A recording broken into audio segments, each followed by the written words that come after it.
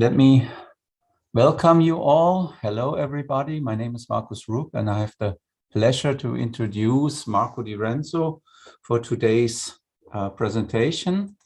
Marco is a research director at CNRS in Paris, at the Paris-Saclay University, and Central Superlec, which is probably even better known.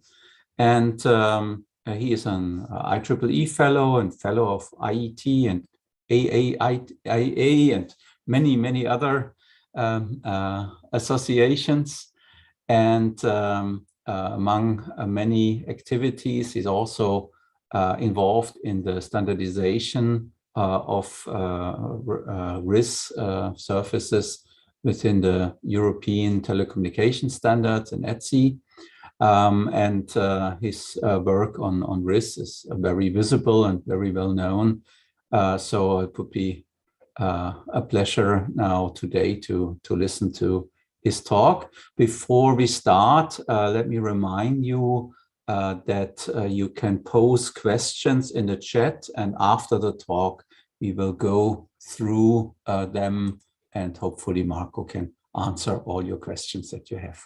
So let me now hand over to Marco Di Renzo. Please, Marco. Okay, thank you very much. Thank you very much, Marcus, for the introduction, and thank you to the organizers for this invitation. It's a very great pleasure, for me to be with you. I will try to start sharing my slides meanwhile.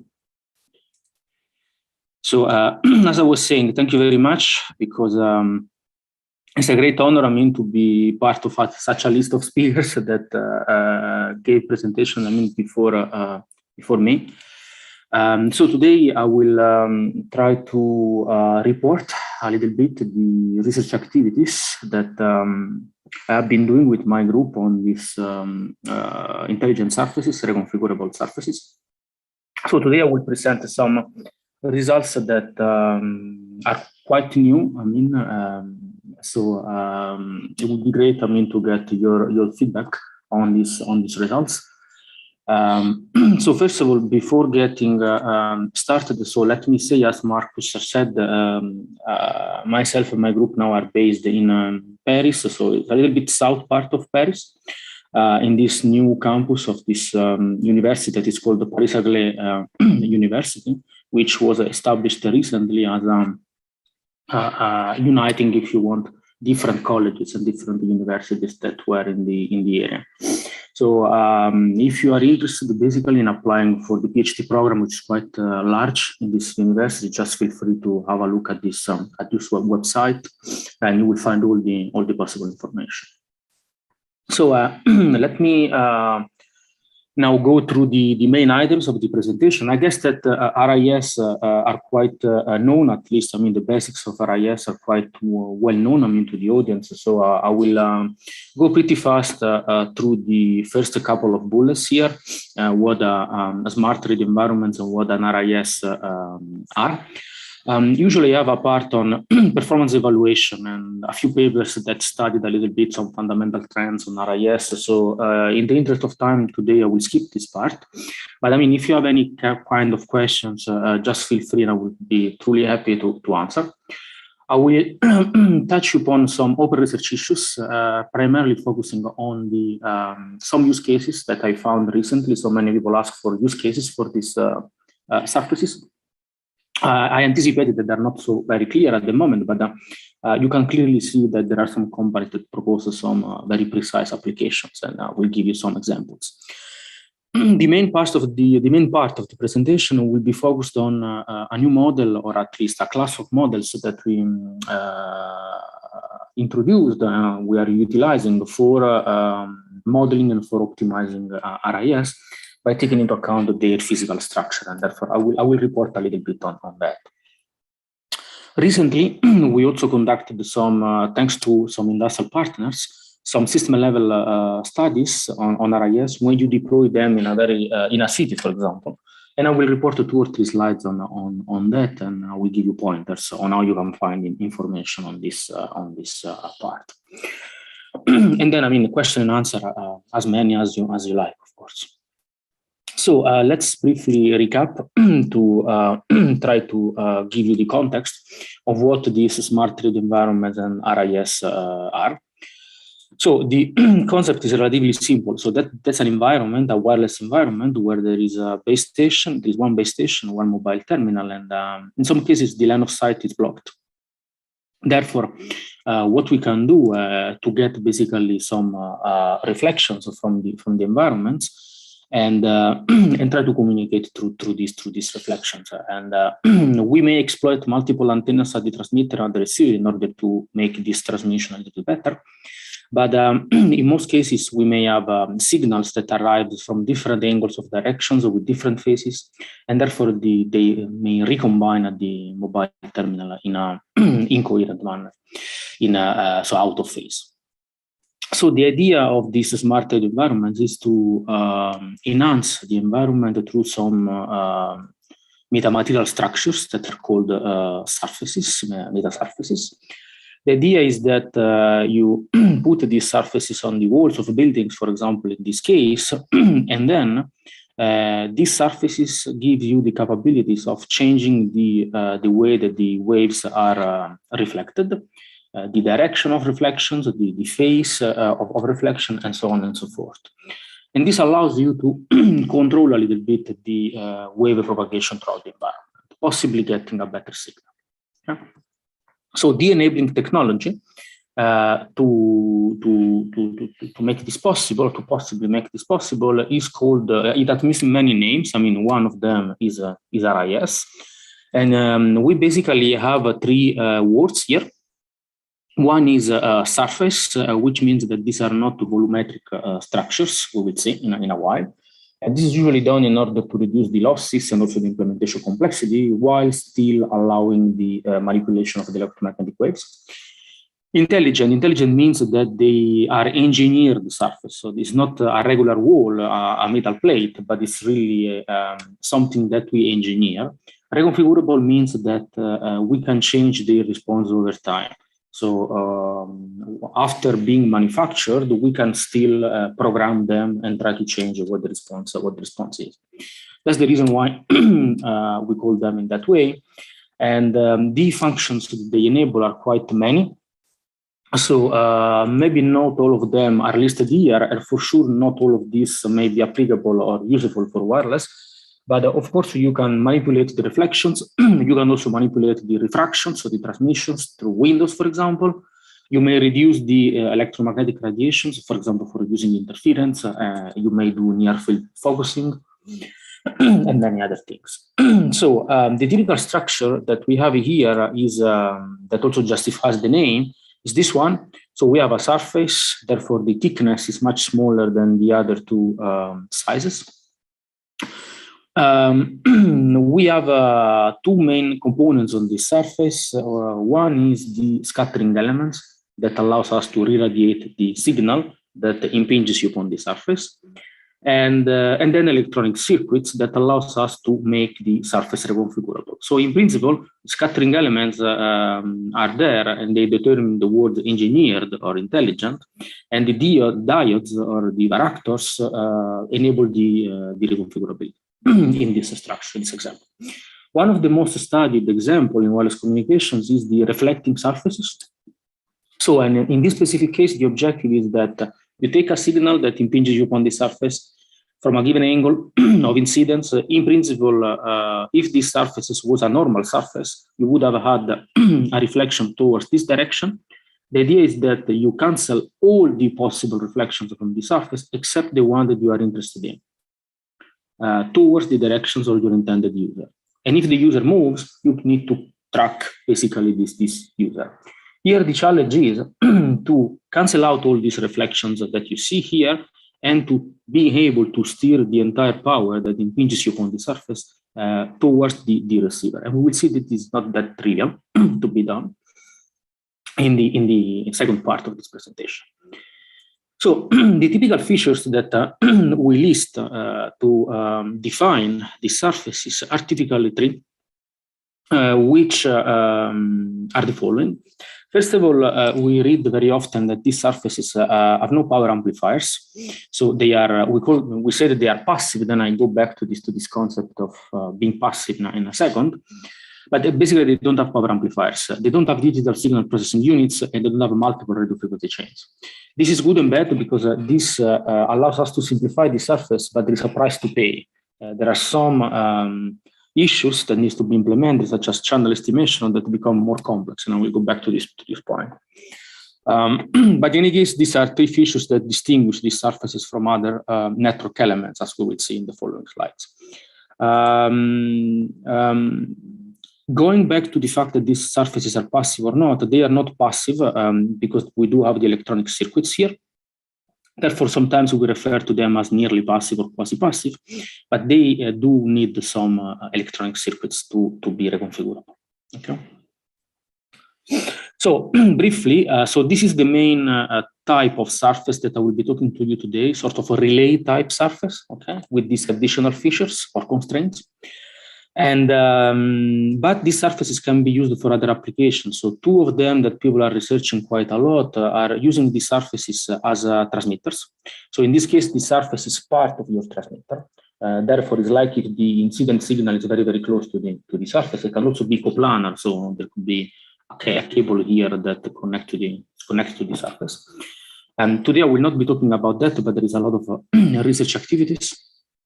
And another possible applications that I'm also working on is using metamaterials to create reconfigurable tags for ambient backscatter communications, which enables the tags to be compact and to be able to encode the information on the reconfigurability of the tag. Okay. There are others. These are two examples. So now, what are the novelties and the challenges that this technology brings us? Quickly, if you look at this from the point of view of information and communication theory, we can do two things. One is shaping the channel, so changing the re-radiation from the walls, for example. And this means that rather than optimizing just encoder and decoder together, we optimize encoder, decoder, plus the environment itself. So in an information theoretic setting, these are the transition probabilities that we can optimize. But we can also encode information onto the this reconfigurability. And therefore, we can even add and transmit multiple streams. So there are people actually studying the capacity of a structure of this kind, and there are many open questions to solve. From a signal processing and optimization point of view, so what these surfaces allows us to do is to break this link between the transmitter and the receiver and to add an element that we can control. Therefore, now we have three optimization variables, W, theta, and Q, while before theta was not controllable. And this means that we have more opportunities for optimization, but the optimization problem is much more challenging because first of all, these three variables are coupled, and also usually theta, the feasible set is a discrete set, and usually the optimization problem is not convex. Also, to truly reach the optimum, we should know what the channel G and the channel H are, and it's pretty difficult to be done if you cannot do any channel estimation at the RIS.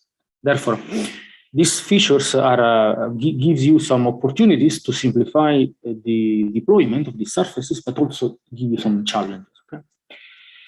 And then maybe the last things that is primarily my research work, or one of my main research thrusts here, is to try to make sure that we develop models for surfaces that are consistent from the electromagnetic point of view. So the main challenge here is to abandon a little bit our mindset, according to which we take the signal from the analog domain, we go back to baseband, we do all the processing that we can, and then go back again from the baseband to the analog, and then we fire the signals. But actually here everything occurs at the electromagnetic level. Therefore, we need to make sure that we model the signals in the appropriate way, especially as far as the power conservation is concerned, the polarization is concerned, and the feasibility of the solution is concerned. And I will go back to this point later on. And here there is a lot of interplay between information theory, electromagnetic theory, so departing directly from Maxwell equations, or trying to use sort of an approximation based on circuit theory. Okay, and indeed I will show you something that is a mixture of all of that. Okay. So this is a little bit an introduction just to make sure that we are all on the same page. Now, another couple of minutes just to tell you a little bit what people have been doing, especially in the European context. So this is kind of a European edition of this series of seminars. So I focused mainly on the European side, which I also know better. During the last couple of years, there have been, actually 2 years, there have been very many projects that were funded by the European Commission. So there was a lot of investments in terms of funding. There are many academic partners, research centers, and industry, companies involved in this in these projects. All these projects involve theory and practice, and also pilots. For example, this is a pilot that we will be deploying in Rennes, in France, in the train station, in order to see what the performance of an RIS can be in an actual, in a real environment. One of the main things that we did in 2021 is really the establishment of an industry specification group within the European Telecommunication Standard Institutes. The first, it was accepted in June this year, and we started the activities in September. So far, we had a couple of meetings, and currently I'm serving as the vice chair for this. And really, the idea is to try to work on pre-standardization for this technology. So to try to bridge a little bit the gap between fundamental research, industrial research, through standardization activities, and therefore to try to establish a link. And in this ISG, we try to attempt to give a sort of definition of an RIS, and also to try to distinguish a little bit an RIS from other technologies. So an RIS here is defined in a very broad sense, but there are two concepts that are important. One is the capability of this new network node to adapt to the environment and to shape the propagation environment, but also the need of having a controlled signaling, a control channel that allows us to reach the surface, even though there is no digital signal processing units, there is no sophisticated RF component, RF chains. Therefore, this is very important in order to make sure that this node is part of the network and can interact with the network. Another thing that we try to do, even though this is very, very challenging, to be done, this is just truly an attempt, but of course, we can refine this, but try to distinguish a little bit the RIS from other technologies or from other options that you can use. Of course, an RIS, as we said, the main feature is to be reconfigurable, okay, over time, which means that it's not passive, completely passive. Okay, in fact, is it called in the field of metamaterials? It's called dynamic metasurface. It's different from a surface, a metal sheet, because a metal sheet is completely passive, but you cannot change the response of the metal sheet. The performance is a little bit different. It's different from an engineered surface, which people have investigated for a very long time, because you can actually make it reconfigurable. Okay, so here, once this is implemented, it's manufactured, you cannot do anything else. It's a little bit different from a repeater, an amplifying forward relay, if you also want, because usually here we have a power amplification. It's even more different from a relay because we don't have this digital signal processing operations that we have a layer 3 relay. And that is, of course, a little bit different from massive MIMO, because massive MIMO may for sure give us the best performance because it's active. We have many RF chains, so we can really do many nice things. Here we try somehow to find a bridge between complexity and performance, and also coverage that we can reach. So that's a little bit a kind of classification, if you want. So participation to this group is open. Anybody can do that. Please go to the website and you can just register. I guess that most of your universities are part, or companies are part of the members of the ETSI, or you can just participate as a guest. Here you can see now the list of companies and universities that are actually involved. So, as I said, I skipped this part, but please, if you have any specific questions on channel estimation, performance evaluation, or so on and so forth, just feel free to ask in the Q&A session. So now, I want to spend 2 minutes on a few open research issues. So, if you Google, if you go to the website, you will find very many papers. Therefore, one of the main questions is what is left? What else can we do? So the point is that, at least based on my understanding, is that there are very many open research problems. Actually, I do believe that the true problems to solve are still there, or have not been solved yet. Let me list just a few of them. So first of all, implementing these surfaces in a scalable way, and make sure that these surfaces have elements that are sufficiently densely deployed, so sub-wavelength. Do that at very high frequencies, and making sure that they are reconfigurable. So there are electronic circuits that have sub-wavelength in size. That's pretty challenging, because it's not very easy to find electronic components that are very at very high frequencies, that are very small. Okay. So that's pretty challenging. Channel estimation can be a bottleneck because we have many elements basically to be estimated. Now there are many authors that have proposed solutions in order to make the channel estimation scalable.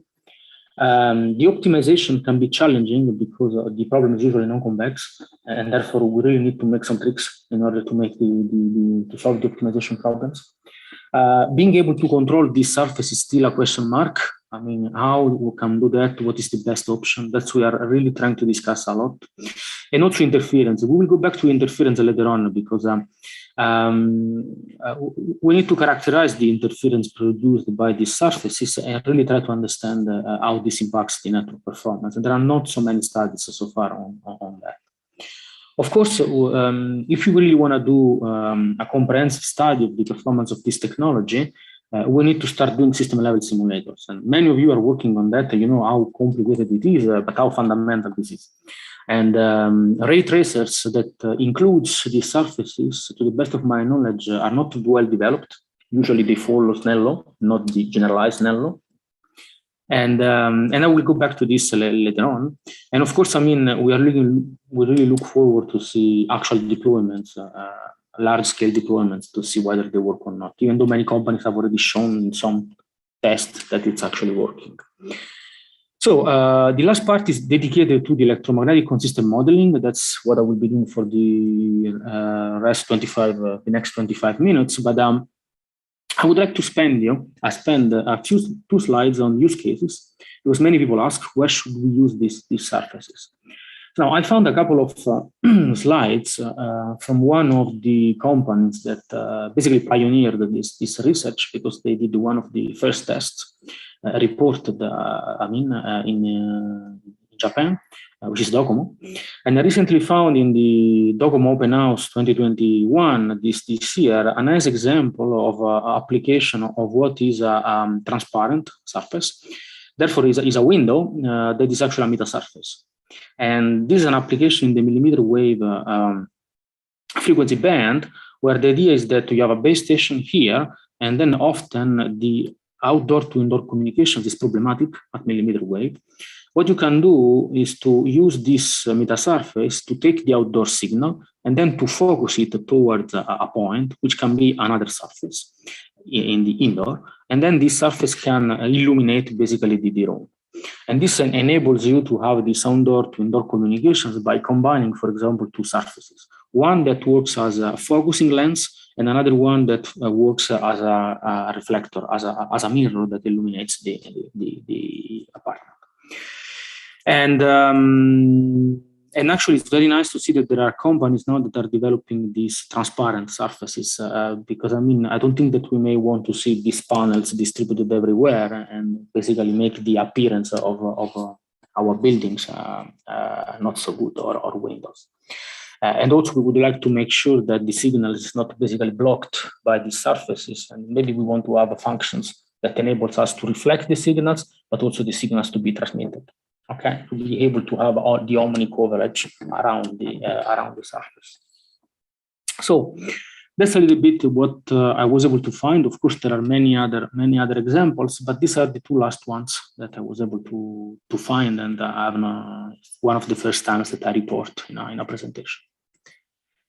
So now let's now go into the technical part with some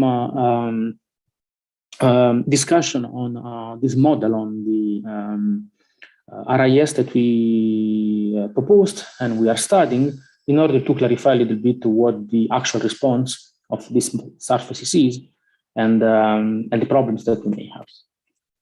So the details, you will find them in this paper, which was recently put online, which is pretty long. It's a sort of tutorial-like paper, but we actually show very new results, and I will.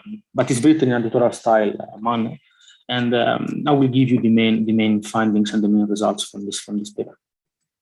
So first of all, here in this paper, we don't introduce, but we report and we describe three models that are often utilized for reconfigurable intelligent surfaces. So the first one is called the locally periodic discrete model. And you can visualize it in this way. That's the most used model for metasurfaces. Basically, you have the surface, you split them into elements, RIS elements. You can control them. You can even control each element, and each element can be made of a single scatterer, or it can be made of multiple closely spaced scatterers. But this is the fundamental model that many people use for optimization. And each element can give you a discrete number of phase shifts. That's basically what people consider. Another model is to look at the elements that constitute the RIS as a tiny antennas. Here they are represented as wire antennas, as dipoles if you want. But this is not necessarily, because this is usually done only for analytical tractability, but the model is applicable to multiple structures. The idea is that you have radiating elements, and this radiating element is controllable by a tuning impedance. And you can optimize all each impedances such that you can get to the scattered field. Here, the elements might be very close to each other, and therefore you take also into account explicitly the mutual coupling. Okay, that's one of the main features of this model. Today, I will consider another model, which is the third one, which is a more analytical model that abstracts a little bit from the physical implementation of the surface. And I will explain you why. So this model, you can visualize it in this way. Usually, an RIS can be made of discrete elements, and the typical reflector array structure, we have the spacing is lambda over 2. In a metasurface, it's often convenient for multiple reasons to have a spacing which is less than lambda over 2. Actually, we are trying to study this pretty in detail to see what the advantages, the pros and cons of this densification are. But this model, which is called the homogeneous sheets of surface impedance, foresees that we assume that the number of elements in a given in the surface is so dense that you can homogenize the surface and view it as a continuous. So you have a continuous metasurface. Okay, and this we will see that give us a sort of proxy, a sort of mathematical abstraction, which is always useful to have in our field, between the actual implementation of surface, the design of surfaces, onto the communication information theory. Okay, more precisely, it works as follows: you do have a physical structure which can be as complex as you want, and actually the physical structure. So the physical structure come after that you optimize the surface, but this structure can be arbitrary, okay, from the physical point of view. Many elements, the elements can be all different, scattering elements. You can have multiple tuning circuits, okay? And then you say, okay, I abstract this physical structure with a mathematical model through two functions. And these two functions are matrices, dyadics, Z and Y, and this Z and Y physically allows us to link the electric and magnetic fields on the close proximity of the surface. And if we know these fields on the close proximity of the surface, then we can compute the fields at any arbitrary observation point. Okay? So, mathematically speaking, in the relatively general case, you can really write that the tangential component of the electric and magnetic field, okay, either on the side 0 plus and on the side 0 minus. 0 plus, let's call it a reflection side, and 0 minus, let's call it a transmission side of the surface. So, if these fields are related, the electric fields and the magnetic fields on above the surface and below the surface are related through these two functions. And therefore, these two functions have a clear physical meaning. Okay? So, now, if we consider a simple case, which is the one that I will use as an example to show you the framework that we developed, let's consider the case of a reflecting surface. And let's assume that this reflecting surface is such that when the signal impinges upon the surface, there is no signal transmitted. So this is not anymore a sheet, but is a boundary. You can think of having a ground plane behind the actual structure of the surface that is interacts with the electromagnetic wave, and therefore there is no signal that goes to the transmission side.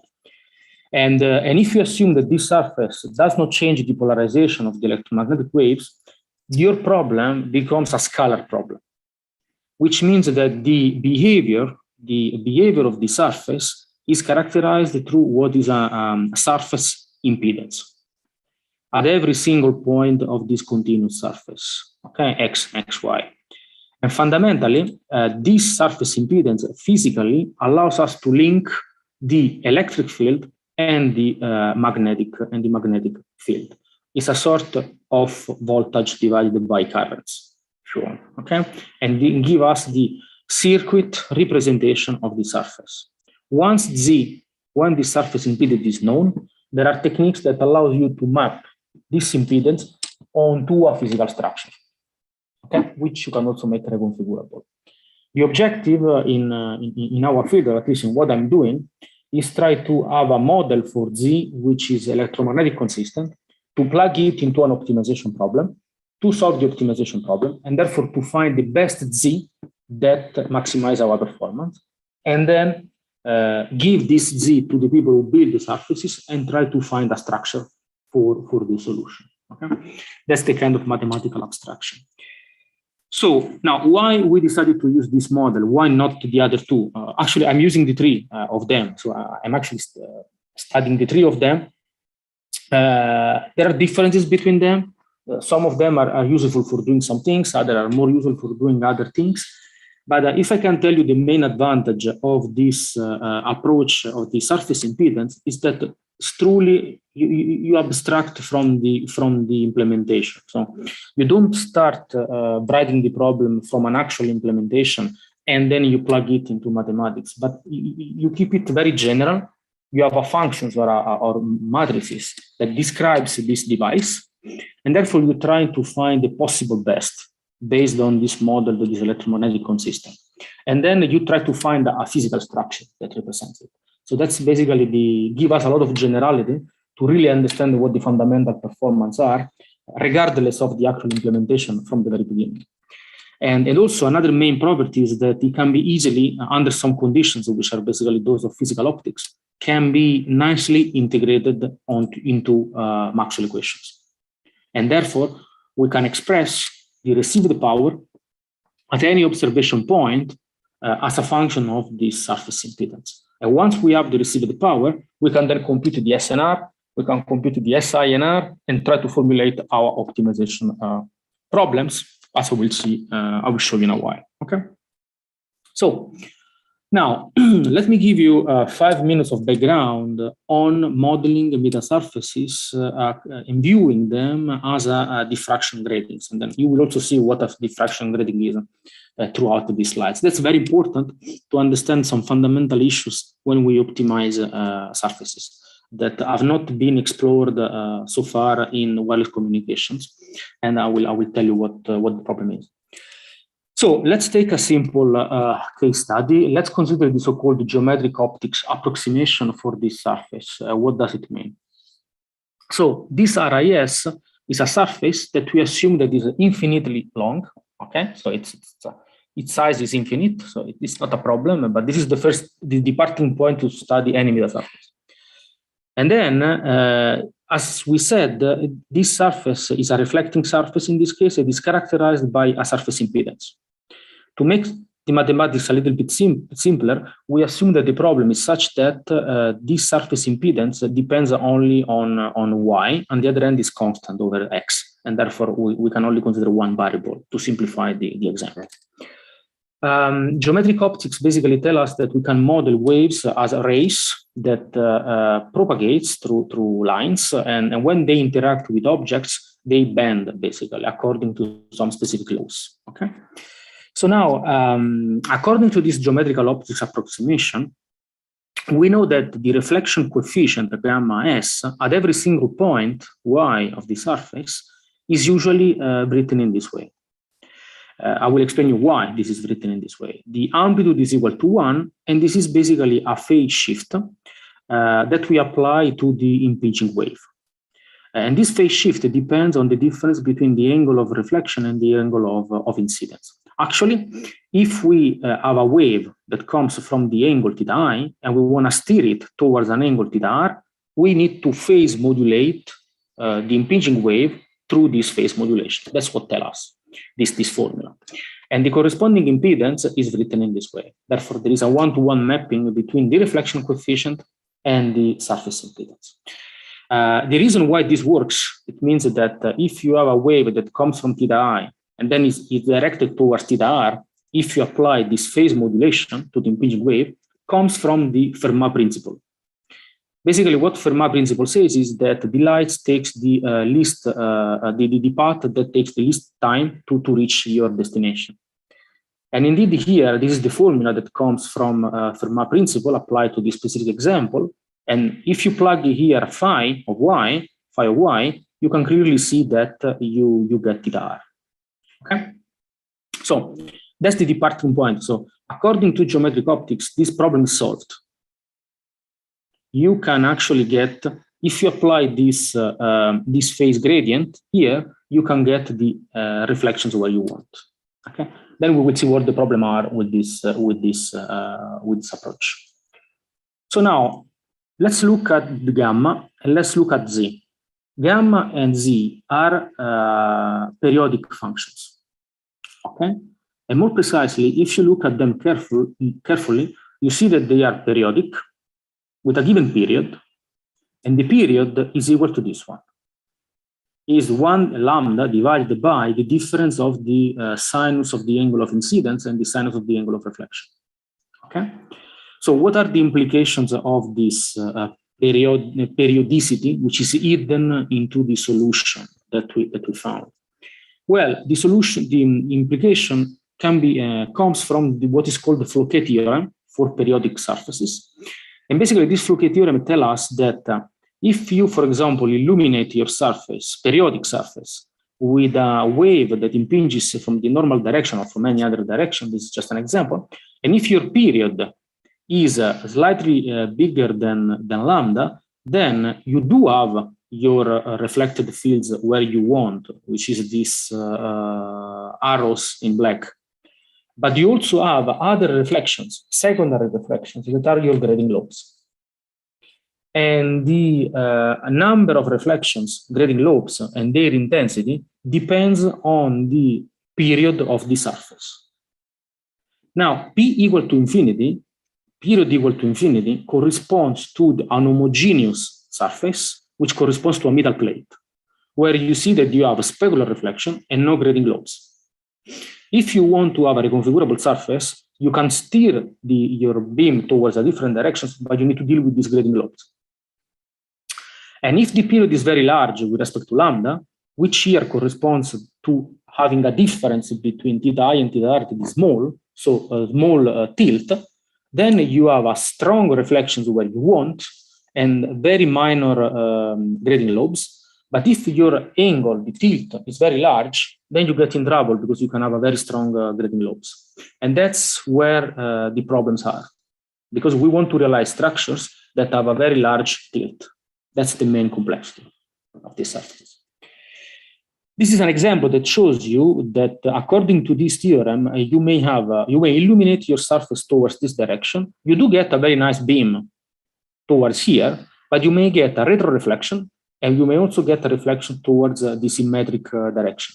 And this is problematic because you do create interference, and you are also interfering your source, your transmitter, or other nodes. So we need to be careful when we optimize and when we design these surfaces. So that's to give you the challenge, to explain to you the challenges that are often ignored in wireless communication. So these surfaces are not ideal mirrors, but they are sophisticated structures and we need to take into account all these phenomena when we study them.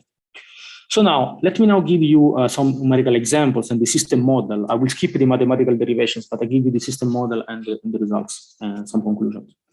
So we departed from an actual electromagnetic model, really writing down the electric field, the magnetic field, incident and reflected, which fulfill Maxwell equations. Here, in terms of writing the fields, I use the notation in terms of reflection coefficient, a pointwise reflection coefficient or local reflection coefficient, because it's most useful one or the most used one in wireless communications. Of course, the electric field and magnetic field are not independent of each other because they need to fulfill Maxwell equations. I will go back to this point later on. Of course, gamma is linked to Z, as we said. Therefore, there is a one-to-one mapping, okay? Talking about gamma or talking about Z in our specific case is fundamentally equivalent. Even though it's much better to optimize as a function of Z for reasons that I will tell you, because we can enforce some physical constraints on the actual implementation. So just to make sure that so far I showed you example based on geometric optics to let you understand how it works. But the model that we develop it does not apply only to geometric optics. We can actually do the power balance, and therefore, don't misunderstand this because it's much more general and what we're trying to propose. Okay, so now let me show you a little bit the formulas that we developed, and then I will give you the results in these last 5-10 minutes here. What we did is the following. We departed from the following, as I said, the following abstraction. The RIS is modeled as a surface boundary, so with an impedance boundary. Okay, therefore there is a surface impedance that changes pointwise, and according to this surface impedance, we change the radiation from the surface. We discretize this just for the sake of numerical computation. The discretization is very, very thin, so we do it lambda over 32, for example. Of course, we can map the impedance to a reflection coefficient. That's not a problem. So you will find formulas here written in terms of Z or gamma, but they are related to each other. The first function that we compute is the so-called surface power efficiency. This function here, I will not tell you how it is computed, okay? You can check it in the paper, but physically what it is. It gives us the difference between the amount of power that impinges upon the surface and the amount of power that is irradiated. Therefore, it's a sort of efficiency of the surface. If this function O is equal to 0, it means that the surface are unit efficiency. And this is essentially our target. We want to take all the power that impinges, and we want to redirect it where we want. Okay, that's the reason why this function is very important. Another function is this constraint. This constraint is important. It comes from Helmholtz equation. It's important to make sure that the solution that we find is a solution of Maxwell equations. So the solution is electromagnetic consistent. Okay, and also it's a solution under the approximated model that we consider. Okay, so this is a little bit of it took a little bit of analytical computations here, but the physical meaning is this. Okay, we want to have a solution that is electromagnetic consistent. The second two functions are the pointing vector, basically is the power that you observe at some points. Okay. The second one is the power that you observe at the receiver, where we want to maximize the power. The second one is the power at every point that we can consider. And this gives us the re-radiation pattern, how the power is scattered from the surface. And I will show you some examples. Okay. So we formulated some optimization problems. And the first optimization problem that we formulate it says, let's minimize this function O of Z as a function of the surface impedance. So here we want to find the surface impedance that enables us to get a solution with unitary efficiency. Okay. Of course, the solution needs to be such that we steer the beam toward the direction that we want. And the only constraint of this first optimization problem is that the solution is electromagnetic consistent. So we fulfill the Maxwell equations. This solution does not impose any constraints on the grading lobes. And therefore, what we said, let's consider another optimization problem where, in addition to maximize the power where we want, we make sure that the power observed at different directions is less than a constant D, because we want to make sure that the grading lobes are kept under control. The problem of this solution is that we may get a solution, so at Z, a surface impedance, with the real part that is less than 0. This means that, in principle, we should amplify the signal locally. And this is not a solution that people like, because it's very difficult to implement, if it's not possible. Even though, I mean, globally, the surface does not amplify, okay, but locally, you are amplifying. And therefore, creating this local amplification is not simple at all to be done. Therefore, because of that, we wrote another optimization problem that says, okay, assume that we get the optimum, which is difficult to implement, and then we get a given received power there. Let's find another solution which gives us almost the same power as the optimal one. Okay, but we constrain that the real part of the impedance is equal to 0 at every single point of the surface. This is a solution that is locally, not even locally passive. It's just, I mean, there are no losses or gains at all. Okay, and then we add also these grading lobes constraints. Okay, I have 5 minutes to close, so let me show you some results. You will see the following results in 3 different colors. In blue, I will show you what happens when you use the solution based on geometrical optics, okay, which is known in closure form, which is our benchmark. In green, you will see the solution when we look only at the efficiency, okay, with or without grading lobes constraints. And in magenta, here in pink one, you see an approximation of the green solution, or the solution in green, under the constraint that the surface impedance has a real part equal to 0, while still trying to get most of the power where we want. Okay, the results that you see are the following. This is the real part of the impedance as a function of the position. This is the real part. Here you will find the imaginary part of the impedance, so the solution of the optimization problem. Here is just to show you that we fulfill the Helmholtz constraint. So the solutions are truly Maxwellian solution, if you want. And this gives us the radiated power as a function of the observation angle for every possible observation angle between minus 90 degrees plus 80 degrees. And this is the same plot, but in the polar representation to better see the beam. Actually, these results correspond to a case study where you illuminate the surface from the normal direction, and then you redirect the signals towards 30 degrees without imposing any constraints on the grading lobes. You can see that we do get the beam where we want, and we have a minor grading lobes because the angle of radiation is pretty small. You can add some here. Sorry, you can add.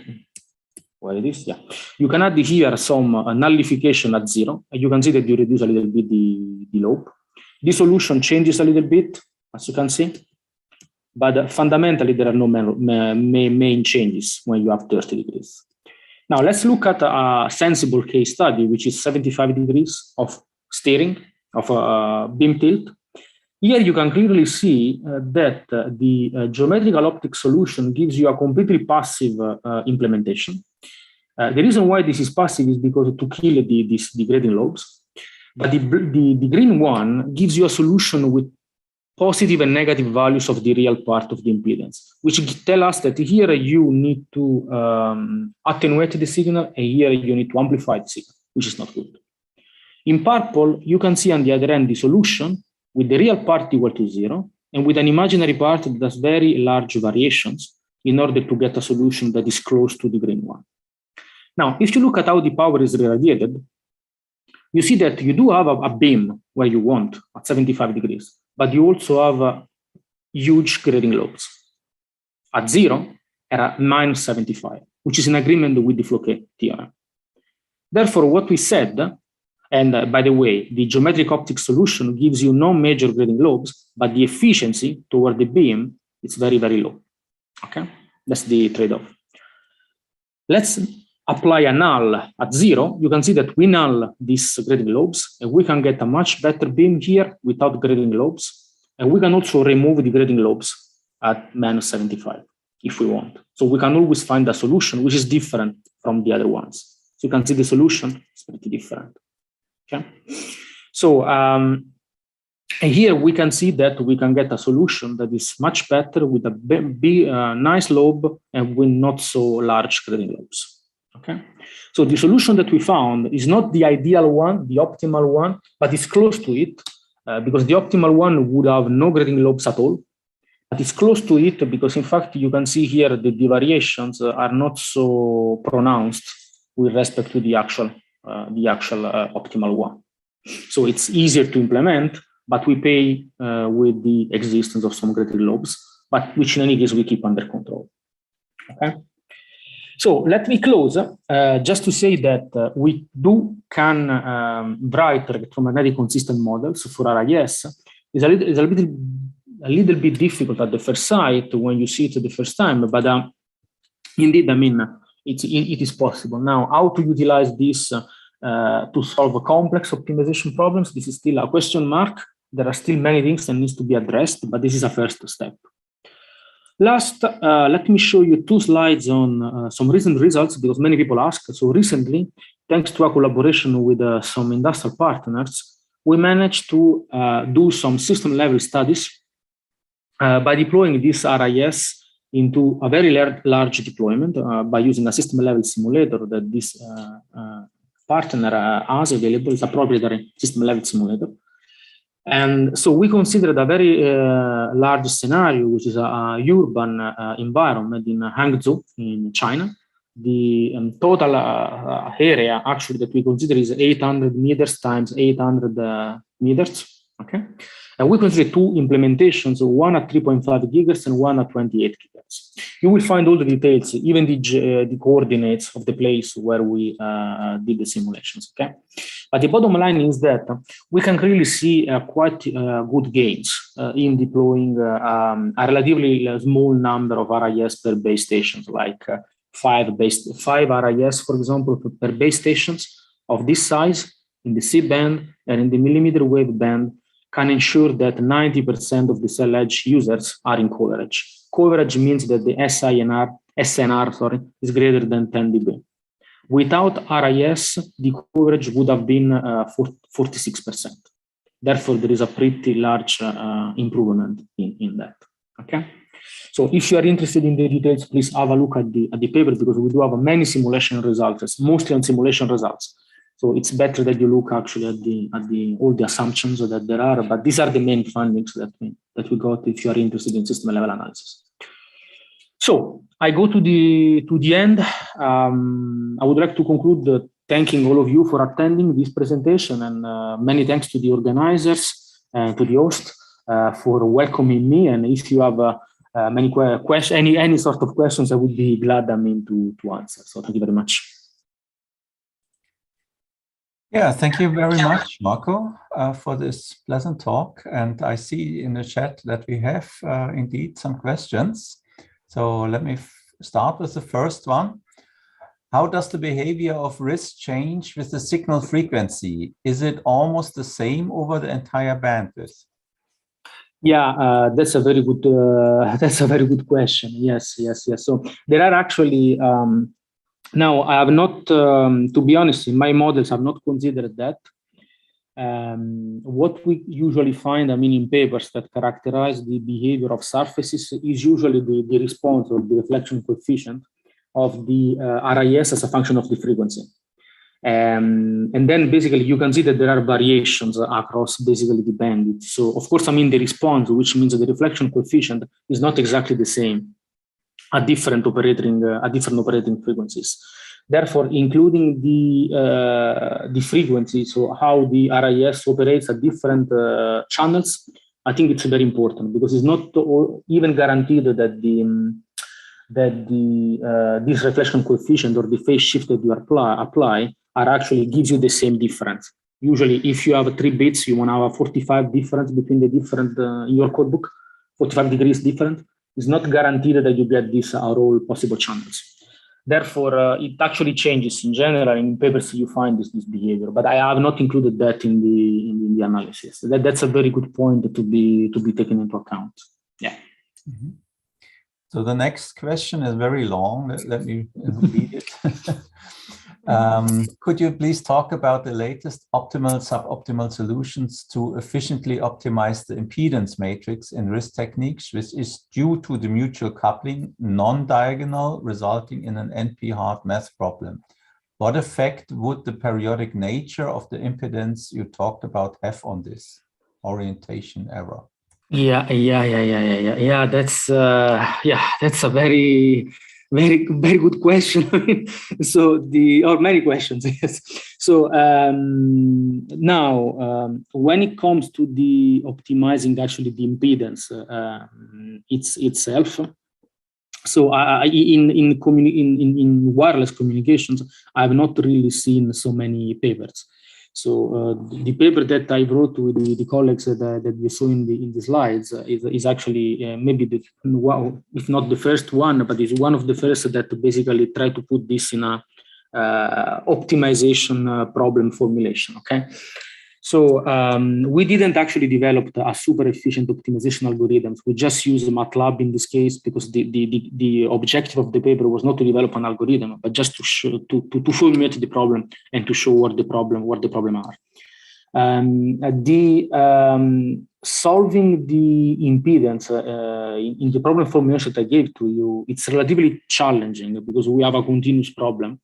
And also, we need to be careful because we need to make sure that the solution it's very accurate. Okay, so even small errors can give you some inaccuracy. So at the moment, I'm not aware of super efficient methods for optimizing the problem as I showed it to you, but actually we are working on that. That's with the first problem formulation. The problem formulation with mutual coupling. So let me clarify. In my formulation, where you have a continuous model, the mutual coupling is inherently taken into account in the model. So it's a continuum. So basically, you cannot really decouple this. But in the other model that I showed you, where you have the elements and you take into account the mutual coupling, there you can extrapolate the mutual coupling by using the theory of coupled antennas. In that case, we developed an algorithm to optimize the system by considering the mutual coupling. We applied it also to a MIMO interfered channel by using the WMMSC algorithm. So the solution is not super efficient, it's not globally optimal, but it's sufficiently good. Now, we managed to get results with 256 elements. If you have more elements, maybe you need a more efficient implementation. But that's more or less that exists, even when it's not diagonal, because that's the main problem. That's the main problem to solve.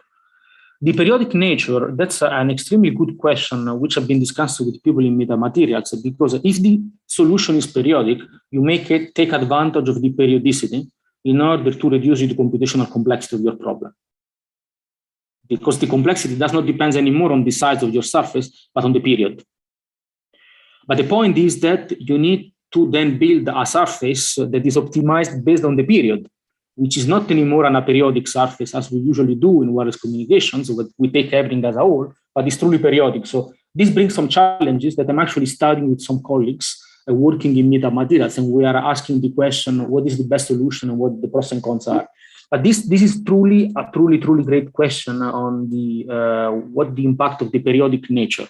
In wireless communication, we don't often see this, but this is the way that people operate in the meta-surface domain. So I'm working on that, and I cannot give you all the details because we are actually writing the paper, but that's a very good point. Okay, it's a very good point. The orientation error, now I don't, so maybe you mean how good my beam steering is after the optimization problem. We actually found minor errors. So you can have errors of a fraction of degree, but it actually depends on how accurate your solution is, of course.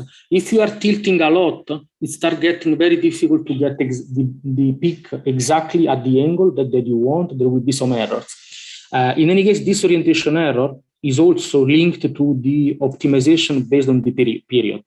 If you do the optimization based on the period, and your discretization is not good enough to cover the exact period, therefore you have a huge errors into the steering of the beam.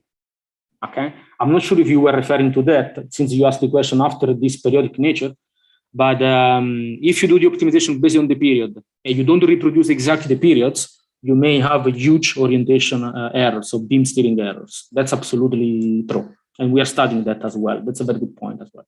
Okay. I'm not sure if I answered your question, but I can tell you that these are very good points that we are studying. Okay. Okay. Yeah, thank you. There's another one. Can you give some insights about the advantages in using meta surfaces with elements spaced closer than lambda half? Yes. Yeah. Okay, that's a very good point. So so we are actually trying to study this. So the reason is why we should go less than lambda over 2. We are now running some simulations, departing from these models that we developed. What I can tell you is very clearly what I can tell you now is that the answer is not completely clear. Okay, but we found actually cases where, first of all, it depends on how you want to optimize your surface. If you optimize your surface, how the people in metamaterials do, they say, my surface needs to be periodic. I need to optimize one period. Okay, and then I want that the surface is very efficient. You need to have the sub-wavelength implementation. Otherwise, you will never be able to have a very good efficiency. If you look at this problem. From this problem formulation, that's it has been shown. That's at least what we understood.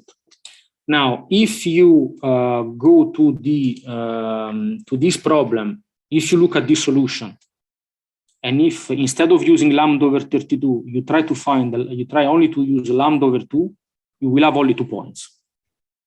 And we are trying to understand what is going to happen if you have only 2 points, if you are really able to get this without any spurious, and it's not really clear. So I can tell you this. What I understood asking my colleagues in metamaterials is that their design approach departs from surfaces that are periodic, and therefore they need the sub-wavelength in order to realize very efficient implementations with a very good beam steering and with a very good power that goes here. If we consider our approach where we have this digital implementation, which is based on this one,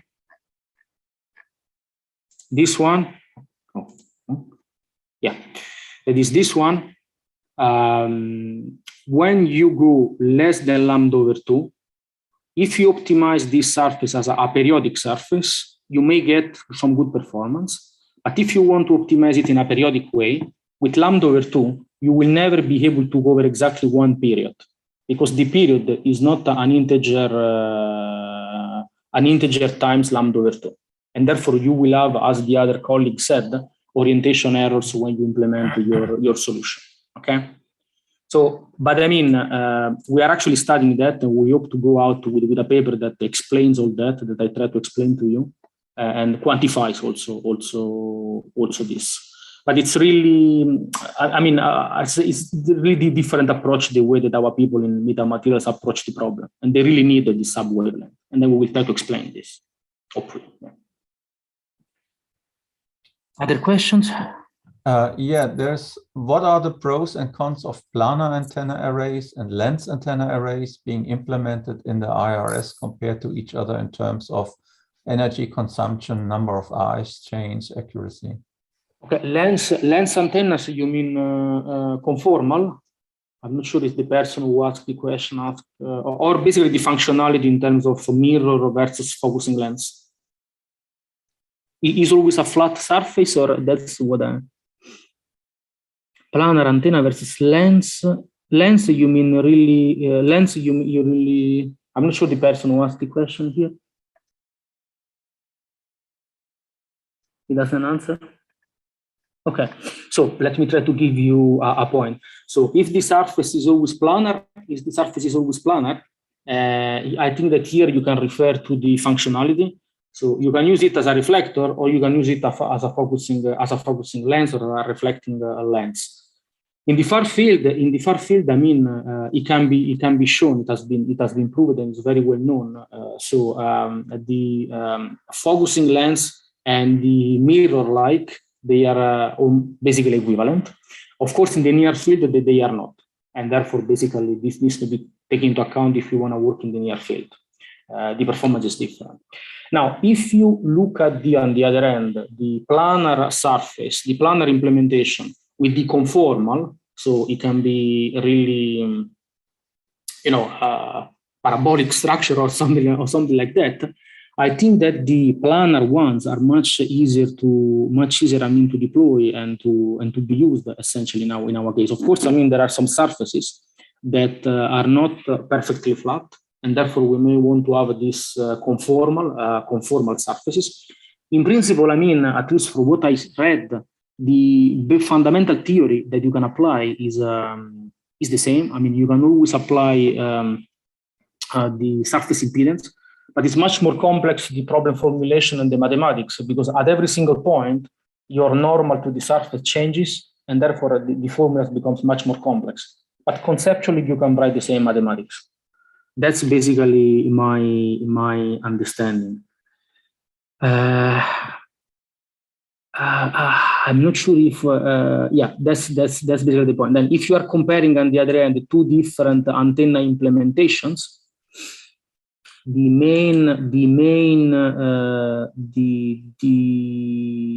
I cannot totally answer the question, because at the moment, for example, we don't know what the power consumption of an RIS is. So there are no power consumption model for RIS. We are trying to develop them within a European project, thanks to some colleagues. But we don't really know. There are some papers that are reported some numbers, but there is no clear study. Of course, I mean, we hope that these electronic components will not consume that much. RF chains, we don't really want to have them for transmitting data. So that's what I can tell you, interpreting the question in all possible ways. Yeah. Mm-hmm. There's also a question about demerits of RIS, for example, comparing with relays. Yeah. Yeah. That's a very good point. That's a very good point. So I'm not sure if I have let me see if I have these backup slides in the performance analysis. Maybe I have something about this relay. Yeah. So I'm not sure if you can, maybe you can see the slides. So of course, I mean, as I said, there is no free lunch at all. The relay, even though we can consider an amplifying forward relay or decoding forward relay, consider as you want. Of course, it's an active in the sense that it can amplify the signal, and it can also regenerate the signal. Therefore, I mean, a relay for sure will allow you to reach a much longer distance. Okay, and also then I will comment this figure. And also with a relay, you may need only one antenna because you have the power amplifier in order to reach exactly the same coverage as an RIS with a very large size. So therefore, if you want to compare a relay with an RIS, this is just a study that shows you the rate as a function of the distance from the transmitter and the receiver to the surface or to the relay. You can consider two lines, black one and green one.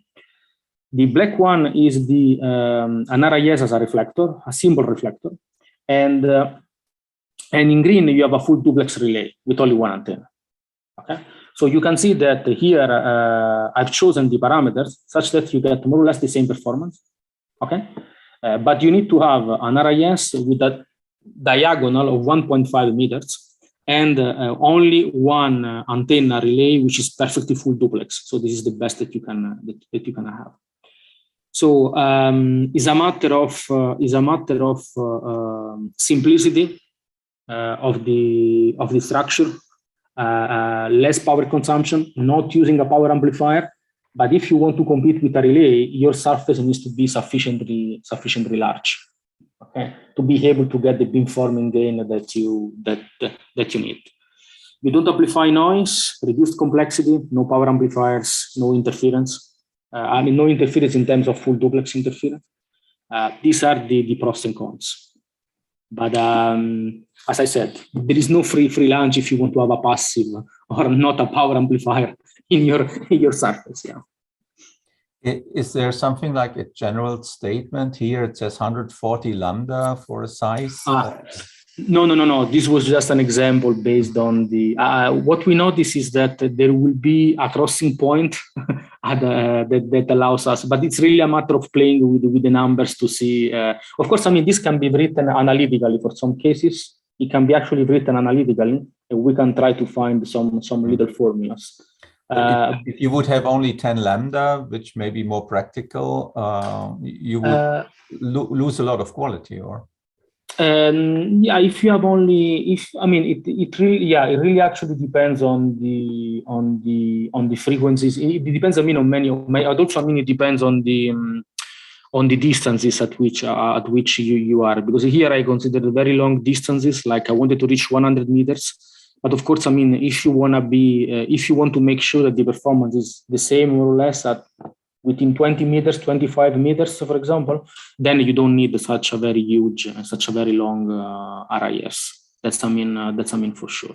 But the problem is that this performance is in this comparison is in favor of the relay because it's a full duplex with no interference. So if you start considering half duplex, you will really see that there's a huge gap in this case, for example. Mm-hmm. What frequency was this, or what? This was 28. This was 28 gigahertz. It was the millimeter wave frequency. Mm-hmm. Very good. You look typically into regular structures of RIS, but there's also the idea of using irregular ones. Can you comment on that? Yeah. That's so now. The reason why, so I would, I actually read a lot of, a few books, on these irregular structures of reflector arrays in general. There are, of course, some differences in the design. Now, if most of these structures are, of course, related to the truly engineering the surface such that it gives you very good performance. And of course, when you look at that problem from the engineer, the surface point of view, you can really try to optimize the geometry of your surface to get the best performance that you want, even the widest angle with the best topology. But when it comes to make the surface reconfigurable, then at that point, I think the most useful structure is really to have this repetitive pattern, and then to have a biasing line that enable us basically to control this structure, because otherwise it would be very, very difficult to be actually implemented. So now there are pros and cons that I have been reading. There are this triangular shape as well. It's I think that people who really want to implement these surfaces and to make them truly reconfigurable, they are more looking into this regular design for simplicity. because you have a single unit cell, you characterize the single unit cell, and then you just repeat it, and therefore it's much easier, I mean, to be done. So that's at least, I mean, my understanding so far. But I never so far, I mean, I really didn't write by myself the equations and compare them to tell you exactly quantitatively what the differences are. Okay, we do not seem to have more questions now. So that would nicely end the presentation. And before we end, let me also remind you that we have on December 8th, next week, a final speaker, which is Pierluigi Tragotti, and from Imperial College. So please stay tuned for the next talk as well. And I'd like to thank Marco Di Renzo again for this wonderful opportunity. Thank you. Thank you very much.